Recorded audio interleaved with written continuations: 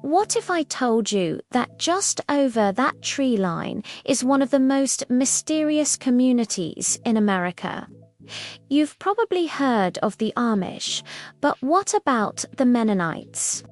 This community lives as if they're stuck in the 1800s.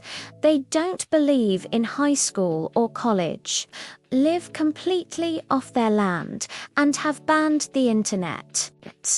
So, what would happen if I tried to spend 24 hours living just like them? I'm heading to northern Wisconsin to find out. My journey starts on a Sunday morning. The Mennonites take church very seriously. I shake a few hands, and it's clear I'm an outsider. They're all wondering what I'm doing here.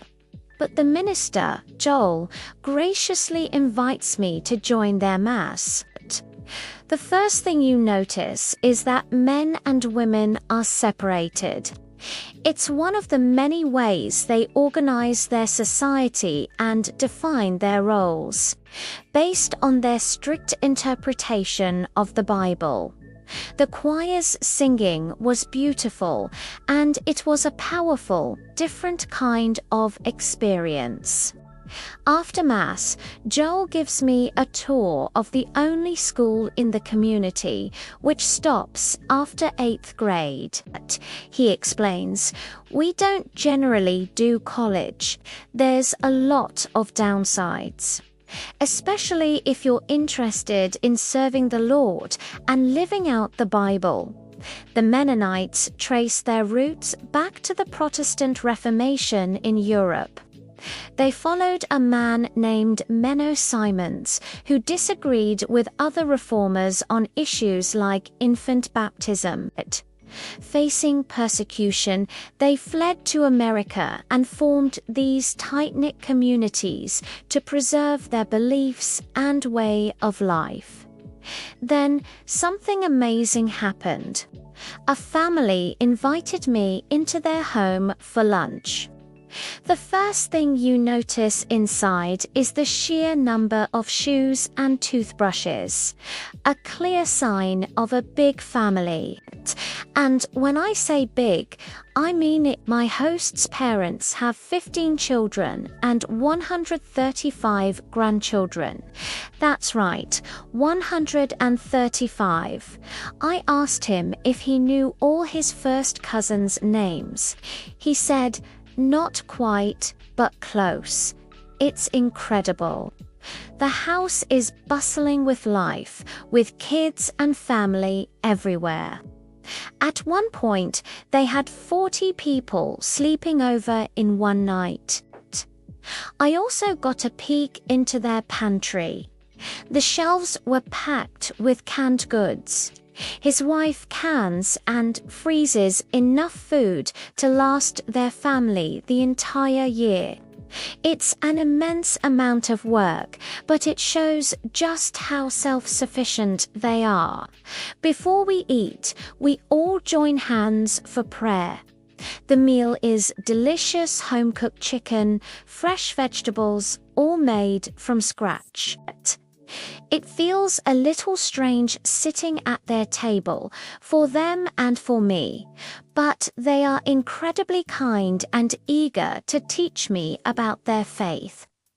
They tell me about their courtship practices: no casual dating, no physical touch before marriage.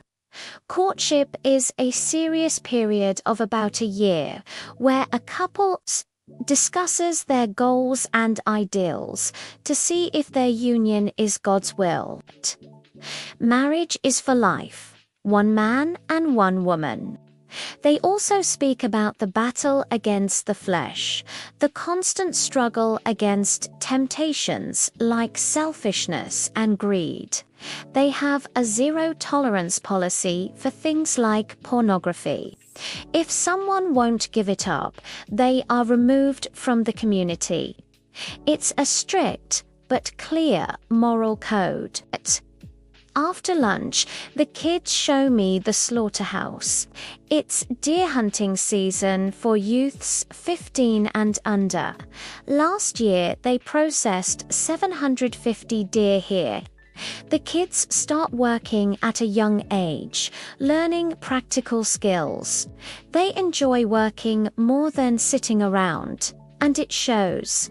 The amount of butchered and packaged meat is staggering, but to them, it's just another day's work.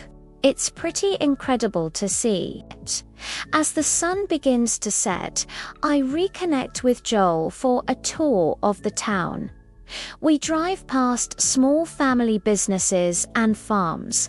I ask him if he knows what YouTube is. He's heard the name but isn't familiar with it. When I explain, he says, if there'd be a good way to filter out all the content that wrecks your mind, it would be useful. They don't have smartphones, just flip phones, and they try to avoid watching TV in public. They see most pop culture as just a waste of time, and honestly, I can see their point. There's a certain peace in their disconnection. Their life is simple but full. Huge families provide companionship, and there are always animals to care for. We visit a massive chicken house and walk through beautiful apple orchards where kids are picking fresh fruit. They are innovators, resourceful business people, and deeply committed to their community. When a church gets full, they don't just build a bigger one. They plant a new church in an area that needs one, spreading their faith. We end the day at a dairy farm, which feels right since we're in America's dairyland. I even got to ride in a massive tractor for the first time. The tire was taller than me. Being out in the fields with these calm, quiet people is surreal. No internet, no movies, just a humble life centered on faith and family. I asked one young man what it means to be a Mennonite. He told me he was raised in the faith but is also a Mennonite by choice, committed to living by the Bible's teachings. Their ultimate goal, as Joel explained, is for people to see beyond their quaint lifestyle and see Jesus. They base their lives on the Bible's principles. That's why they avoid things like college. Their risk of being pulled away from their spiritual support system for years isn't worth the potential career benefits. Prayer isn't a scheduled event.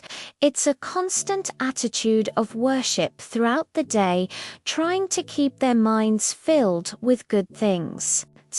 Whatever you may think about the Mennonites, their commitment to their faith is truly honorable, and I'm so grateful for their kindness. Personally, I find their views on college and marriage a bit extreme, but who am I to judge? I hope you learned something new about this hidden American culture. Thanks for watching, and I'll see you next week.